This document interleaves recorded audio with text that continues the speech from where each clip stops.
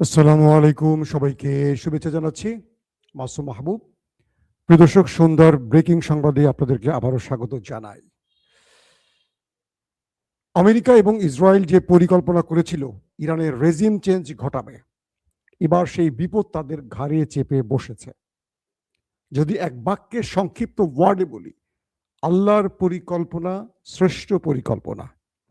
আল্লাহ কি করবেন আপনি হয়তো বুঝবেন না, কিন্তু সময়ের দিকে তাকিয়ে থাকবেন, আল্লাহর পরিকল্পনা বুঝতে পারবেন। এই দুটো রাষ্ট্র প্ল্যান করেছিল ইরানে রেজিম চেঞ্জ ঘটাবে, তাই ইরানে সরকার বিরোধীদের মাঠে নামালো, ব্যাপক বিক্ষোভ হলো। তারপর তারা নিজেরাই বিভিন্ন গোয়েন্দাদের মাধ্যমে, সন্ত্রাসীদের মাধ্যমে সাপ্লাই লাইন ধরে ইরানের বিভিন্ন গোষ্ঠীর হাতে অস্ত্র তুলে দিল। তারা ইরানের নিরাপত্তা বাহিনীর উপর হামলা করলো, প্রচুর মানুষ মারা গেল। আবার ইরানের নিরাপত্তা বাহিনী তাদের উপর হামলা করলো, প্রচুর মানুষ মারা গেল। অর্থাৎ ইরানে একটা রেজিম চেঞ্জের জন্য যে বিক্ষোভটি হয়েছে, হাজার হাজার মানুষ সেখানে প্রাণ হারালো। এরপরও ট্রাম্প নেতানিয়াহু সফল হলো না। তারপর তারা কি করলো, ব্যর্থ হয়ে নতুন করে ইরানের বিরুদ্ধে নিউক্লিয়ার এবং ব্যালিস্টিক প্রোগ্রামের অভিযোগ তুলে আক্রমণ শুরু করে দিল 28 ফেব্রুয়ারি। প্রথম আক্রমণই তারা কয়েক শত যুদ্ধ বিমান ব্যবহার করলো। প্রথম দিনই মারা গেল ইরানের সর্বোচ্চ নেতা এবং প্রায় 30 থেকে 40 জন সর্বোচ্চ কমান্ডার, এবং প্রত্যেকটি বিভাগের অর্থাৎ সামরিক বিভাগের প্রধানরাও এ সময় শহীদ হলো। ক্যাবিনেটের গুরুত্বপূর্ণ মন্ত্রীরা সব শহীদ হলেন। তারপর যুদ্ধ প্রায় 1 মাস গড়ালো। এখন পর্যন্ত ইরানের রেজিম চেঞ্জ ঘটাতে পারেনি, পাশাপাশি রেজিম চেঞ্জের সম্ভাবনা এখন পুরোটাই উড়ে গেল। একটা সরকারের পতনের জন্য দুটো দেশ কিভাবে নির্লজ্জ আক্রমণ করলো পুরো পৃথিবী দেখলো, যে কারণে ইউরোপ বা ন্যাটো বা পৃথিবীর অন্য কোনো দেশ আমেরিকাকে সমর্থন দিল না। এবার খোদ মার্কিন যুক্তরাষ্ট্রের ভেতরে 1 কোটি মানুষ রাস্তায় নামলো। 3 থেকে 3.5 হাজার শহরের মানুষ রাস্তায় নামলো। ইউরোপে মানুষ ট্রাম্পের বিরুদ্ধে রাস্তায় নামলো। ইসরায়েলে নেতানিয়াহুর বিরুদ্ধে মানুষ রাস্তায় নামলো। প্রত্যেকের slogan, no kings no Trump, no kings no Netanyahu. ইসরায়েলের ভেতরে সরকার নিয়ম করেছে 50 জনের মতো, মানে 50 জনের অধিক কেউ এক হয়ে রাস্তায় নামতে পারবে না, কারণ দেশটিতে যুদ্ধকালীন সরকার চলছে। পুলিশ ব্যাপক মারমুখী, যেখানে মানুষ জড়ো হচ্ছে তাদের উপর হামলে পড়ছে, মানুষ থামছে না। আমি কালকে লাইভে আপনাদের ভিডিও দেখিয়েছি কি হয়েছে বা কি হচ্ছে সেই দেশটির ভেতরে। আজকের আমেরিকার দৃশ্য দেখছেন। আমি গতকালকে আপনাদের বলেছি যে আমেরিকা কেঁপে উঠছে। আজকে সকালে লাইভে আমি আপনাদের জানিয়েছি কি হচ্ছে আমেরিকার ভেতরে। এখন দেখেন কি হচ্ছে আমেরিকার ভেতরে। ট্রাম্পের বিরুদ্ধে পুরো দেশটির মানুষ, 1 কোটির উপরে মানুষ সড়কে নেমে গেছে।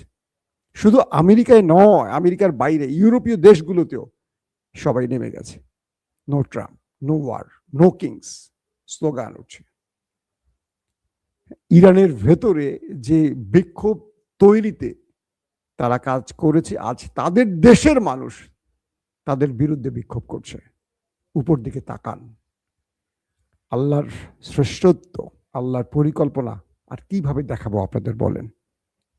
আমার নাস্তিক বন্ধুরা বলবে, বাতাস তো দেখা যায় না, আল্লাহকে তো দেখা যায় না, অনেক কথা বলেন না। একটু চোখটা বন্ধ করেন। আমি তো দেখতে পাচ্ছি, আপনি কি দেখতে পাচ্ছেন? ইরানে সরকার পরিবর্তনের আর কোনো ইঙ্গিত মিলছে না। ইরানে আর কেউ সরকার পতনে রাস্তায় নামছে না। তারা বুঝে গেছে ইরানকে লোটার জন্য দুটো দেশ আসছিল, তাদেরকে বোকা বানিয়েছিল। ইরানের জনগণ বুঝতে পেরেছে যে তাদের প্রকৃত সরকার এই সরকারে। তারা নিজের জীবন বাজি রেখে দেশটার জন্য লড়াই করছে। তারা কিন্তু পারে। খুব ক্ষুদ্র একটা প্রশ্ন করি আপনাদের, যারা এখন আছেন আইআরজিসি বা যারা যুদ্ধ করছেন, তারা যদি আত্মসমর্পণ করে চলে যান, আমেরিকা তাদের সবচেয়ে বড় মূল্যায়ন করে প্রচুর টাকা দিয়ে তাদের দেশে ভিসা দিয়ে নাগরিকত্ব দিয়ে নিয়ে যাবে, জানেন? এরকম অফার করা হয়েছে। প্রত্যেকের মাথার দাম ঘোষণা করেছে ডোনাল্ড ট্রাম্প, জানেন তো? কিন্তু দেখেন, তারা জানেন যে আমি মারা যাব। খামেনির মৃত্যুর পর আলী লারিজানি থেকে শুরু করে গুরুত্বপূর্ণ বহু লোক মারা গেছে। একটা লোক, ইরানের একটা লোককে পদত্যাগ করেছে, শুনেছেন আপনারা? একজন নাম। তারা জানেন যে এই পদে বসলে আমার মৃত্যু কনফার্ম। আমেরিকা ইসরায়েলের এজেন্সির চোখ আমার উপরে আছে, যে কোনো সময় একটা মিসাইল উড়ে আসবে, একটা যুদ্ধ বিমান এসে আমাকে ধ্বংস করে চলে যাবে, পুরো পরিবার শেষ করে দেবে। তারা জানেন, প্রত্যেকে জানেন, কিন্তু প্রত্যেকে মৃত্যু জেনে, শাহাদাতের মৃত্যু জেনে সেই পদটিতে বসছেন এবং মারা যাচ্ছেন একের পর এক। আলী লারিজানি, তিনি জানতেন তাকে টার্গেট মেরে ফেলবে। প্রেসিডেন্ট মাসুদ পেজিশকিয়ান, তারা দুজন আল কুদস দিবসে প্রকাশ্যে সড়কে নেমেছিলেন, হেঁটেছিলেন নিরাপত্তা প্রহরী ছাড়া, একদম জনগণের সাথে। তারপরের দিনই আলী লারিজানিকে হত্যা করা হয়েছে। এরা মৃত্যুকে পরোয়া করছে না। এদের হারাবেন কি করে বলেন? সম্ভব? আমেরিকার দৃশ্য দেখেন, কোটি মানুষ রাস্তায়। ইসরায়েলের দৃশ্য দেখেন, নেতানিয়াহুর বিরুদ্ধে লাখো মানুষ রাস্তায়। যেটা তারা ইরানে ঘটাতে চেয়েছে সেটা এখন তাদের দেশে ঘটে গেছে। দর্শক, আসেন আপনাদের কিছু পিকচার দেখাই আমি, তারপর আপনারা বুঝতে পারবেন। আপনারা একটা আমার স্ক্রিনে যে ভিডিওটি দেখতে পাচ্ছেন, কুয়েতে ইরান যে মিসাইল মেরেছিল মার্কিন বেজকে টার্গেট করে, সেখানে আমেরিকার মহামূল্যবান 3 থেকে 4টি বিমান টুকরো টুকরো হয়ে গেছে, তার দৃশ্য আপনারা দেখতে পাচ্ছেন। স্ক্রিনে দেখেন। আমেরিকা প্রথমে বলেছিল যে এই আক্রমণে তাদের বিমান কিছুটা ক্ষতিগ্রস্ত হয়েছে। পরবর্তী এই ছবিগুলো কয়েকটি গণমাধ্যমে চলে এসছে। বলা হচ্ছে মার্কিন কোনো সেনাবাহিনীর সদস্য এই ছবিগুলো গোপনে ধারণ করে ছড়িয়ে দিয়েছে, কারণ তারা যুদ্ধ চায় না, কারণ তারা ট্রাম্পের এই যুদ্ধ নীতির বিপরীতে দাঁড়িয়েছেন। তারা বুঝতে পারছেন যে তারা এখন মার খাচ্ছেন, তাদের লড়াই করে জয়ের বদলে লড়াই করলে জীবন যেতে পারে। যেহেতু মার্কিন যুক্তরাষ্ট্রে এখন বিক্ষোভ চলছে ট্রাম্প বিরোধী, তাই এই ছবিগুলো বাইরে ওপেন করে দিয়েছে। এই ছবি কিন্তু বাইরে এর আগে আসেনি। এর আগে ইরান যত আক্রমণ করেছে আমরা কিন্তু এরকম ছবি দেখিনি। দেখেন, টুকরো টুকরো করে ফেলেছে মার্কিন বিশাল বিশাল মূল্যবান বিমানগুলো, হাজার হাজার কোটি টাকার বিমানগুলো। আপনারা দেখছেন F-15 কিভাবে পড়ে আছে, চলে গেছে। এখন একটা প্রশ্ন করেন নিজেকে, আমেরিকা এই দৃশ্যগুলো দেখাচ্ছে না, কিন্তু আমেরিকার জেনারেল বা আমেরিকার সেনারা গোপনে ছবিগুলো ভাইরাল করলো কি করে? কেন? উদ্দেশ্যটা হলো যে জনগণ ট্রাম্পের বিরুদ্ধে নামছে, এই জনগণকে আরো বিক্ষোভে উত্তাল করতে চাচ্ছে এই ছবিগুলোর মাধ্যমে। জনগণকে বোঝানোর চেষ্টা করছে যে ইরানে আমেরিকা সেনারা মার খাচ্ছে, আমেরিকা প্রচুর ক্ষয়ক্ষতির মুখে পড়ছে। এখন ট্রাম্প কি করবেন বলেন? দেখেন, শেষ পর্যন্ত ইরানের সরকারের আগে নেতা সাহেব আর ট্রাম্প সাহেব আগে পাগার পার হন কিনা। প্রিয় দর্শক, দ্বিতীয় গুরুত্বপূর্ণ খবর হলো লেবাননে খেলা চলছে। কালকে বলেছিলাম আপনাদের শতাধিক মার্কাবা ড্রোন, পৃথিবীর সবচেয়ে দামি ড্রোন, ধারণা করি প্রায় 6 মিলিয়ন মার্কিন ডলার একটা ড্রোনের দাম। এরকম 100টা ড্রোন খেয়ে ফেলছে। আজকে আরো ব্যাপক অ্যাটাক চলছে উত্তরাঞ্চলে নেতা কাকুর বাড়ির। ইরানের পক্ষ থেকে আজকে 1 ডজন মিসাইল মারা হয়েছে, 2টো মাত্র ইন্টারসেপ্ট করতে পেরেছে, বাকিগুলো টার্গেটে হিট করেছে। ব্যাপক ক্ষয়ক্ষতির খবর আসছে। একদিকে দেশটির ভেতরে মানুষ বিক্ষোভ করছে নেতার বিরুদ্ধে, অন্যদিকে ইরানের খেলা চলছে। বিভিন্ন সূত্র বলছে যে তাদের পুরো প্রতিরক্ষা ব্যবস্থা ইরান ভেঙে ফেলেছে, তারা এখন কিছু করতে পারছে না। ইরান এখন টার্গেটগুলোকে হিট করছে, তাদেরকে আস্তে আস্তে পঙ্গু করে দেওয়ার চেষ্টা করছে। ইরান বারবারই ইরানের কাছে প্রস্তাব আসছে যুদ্ধবিরতি। ট্রাম্পের পক্ষ থেকে পাকিস্তানকে ব্যবহার করা হচ্ছে, ওমানকে ব্যবহার করা হচ্ছে, তুরস্ককে ব্যবহার করা হচ্ছে, মিশরকে ব্যবহার করা হচ্ছে, যে বোঝাও, ইরানকে বোঝাও। ইরানের সরকারকে বলেন তো এই মুহূর্তে মুস্তফা খামেনি কোথায়? তিনি কেউ জানেন? মুস্তফা খামেনির অবস্থান কেউ জানে না। প্রতিটি দেশের পক্ষে তাদের যে রাষ্ট্রদূতরা আছেন তারা ইরানের পররাষ্ট্র দপ্তরে নোট করছেন, তারা তাদের তথ্য পাঠাচ্ছেন, ডিকোড তথ্য পাঠাচ্ছেন। তুরস্ক থেকে ডিকোড তথ্য এসছে, পাকিস্তান থেকে ডিকোড তথ্য আসছে, ওমান থেকে, মিশর থেকে আসছে। কিন্তু সমস্যাটা বেঁধেছে আলী খামেনি নেই, সমস্যাটা বেঁধেছে আলী লারিজানি নেই। এখন ট্রাম্প আলোচনা করবেন কার সাথে?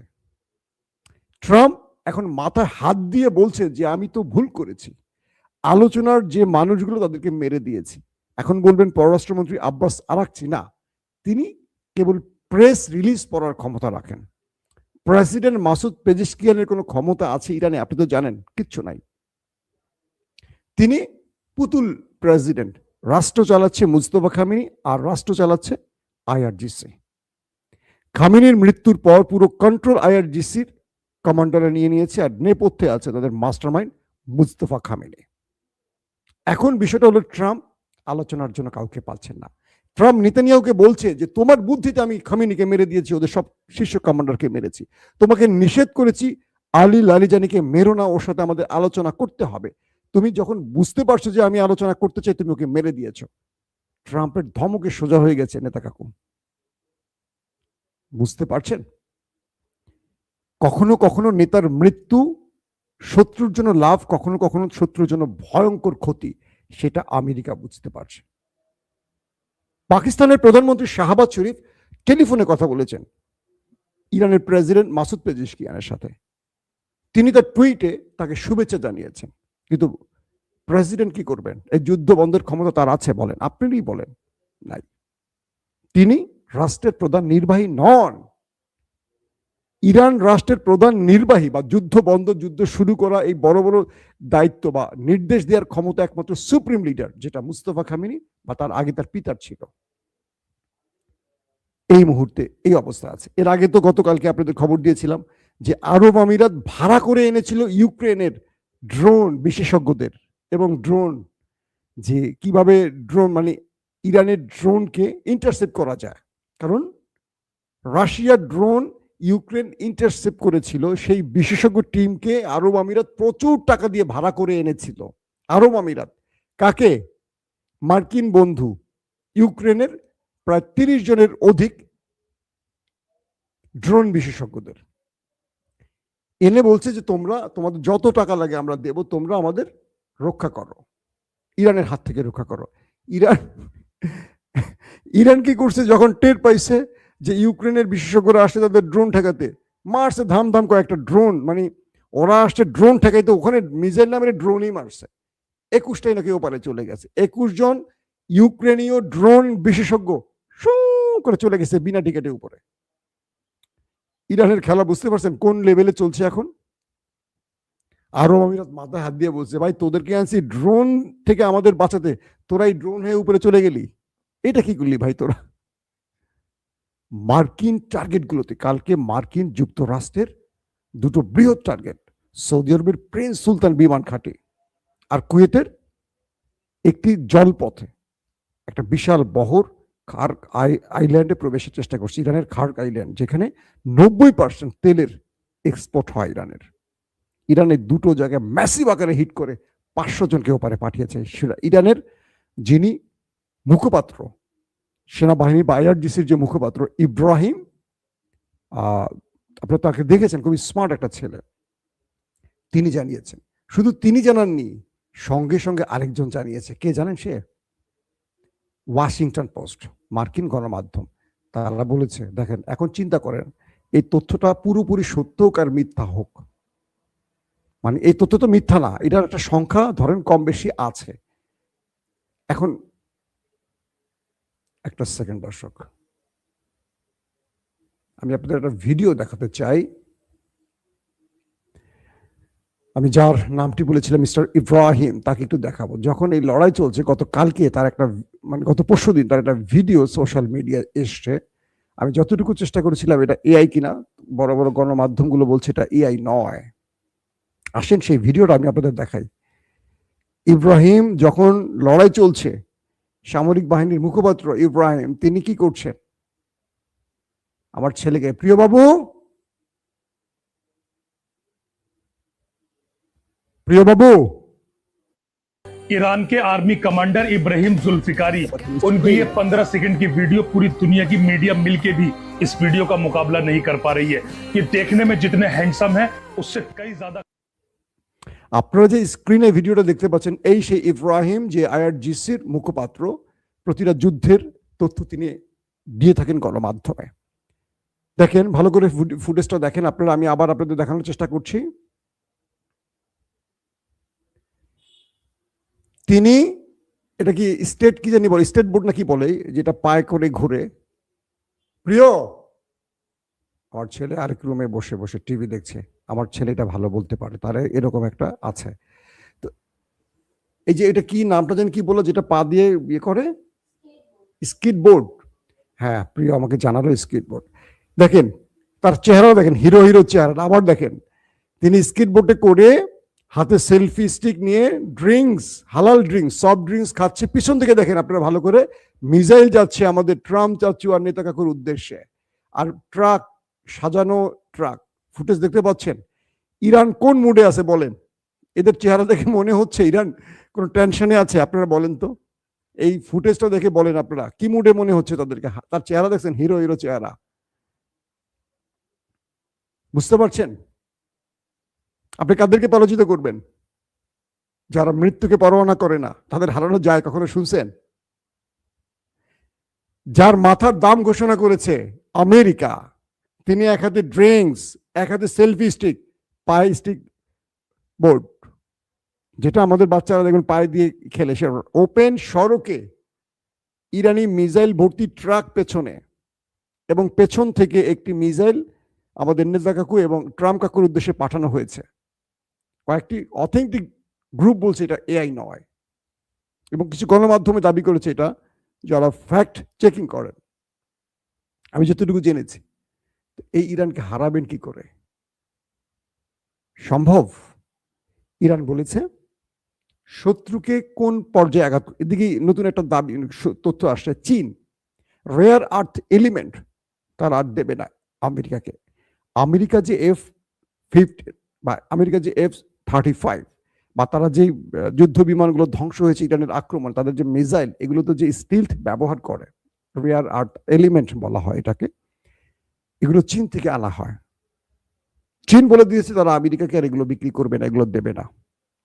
মানে হলো কি, ইরান তাদের যে মিসাইল, যুদ্ধ বিমান, তাদের যে পরিমাণ ক্ষতি করছে, এগুলো যেন আর তারা সংস্কার করতে না পারে, তৈরি করতে না পারে। এই জন্য চীন এই নতুন খেলাটি খেলছে ইরানের সাথে প্ল্যান করে। বলা হচ্ছে চীন যে টার্গেটে, ইরান যে টার্গেটে হিট করছে, তাকে রাশিয়া দিচ্ছে রিয়েল টাইম ইন্টেলিজেন্স, স্যাটেলাইট তথ্য। ইরান দিচ্ছে, আর চীন দিচ্ছে রসদ, প্লাস তারাও স্যাটেলাইট তথ্য দিচ্ছে, আর ইরান সেই টার্গেটে লক করে হিট করছে। ইরানের কাছে এমন এমন মিসাইল এখন দেখা যাচ্ছে যেটি ওরা কল্পনাও করেনি। এই সময় এসে ট্রাম্প কি করবেন? ঘরে আর বাইরে তার জন্য মহা বিপদ। নেতা সাহেবেরও একই অবস্থা। এখন দেখেন তাদের ভাগ্যে কি ঘটে। দর্শক, আজ রাত 11টায় ইনশাআল্লাহ আবারও আসার চেষ্টা করব। সেই পর্যন্ত বিদায় নিচ্ছি। প্রত্যেকে ভালো থাকবেন। আল্লাহ হাফেজ।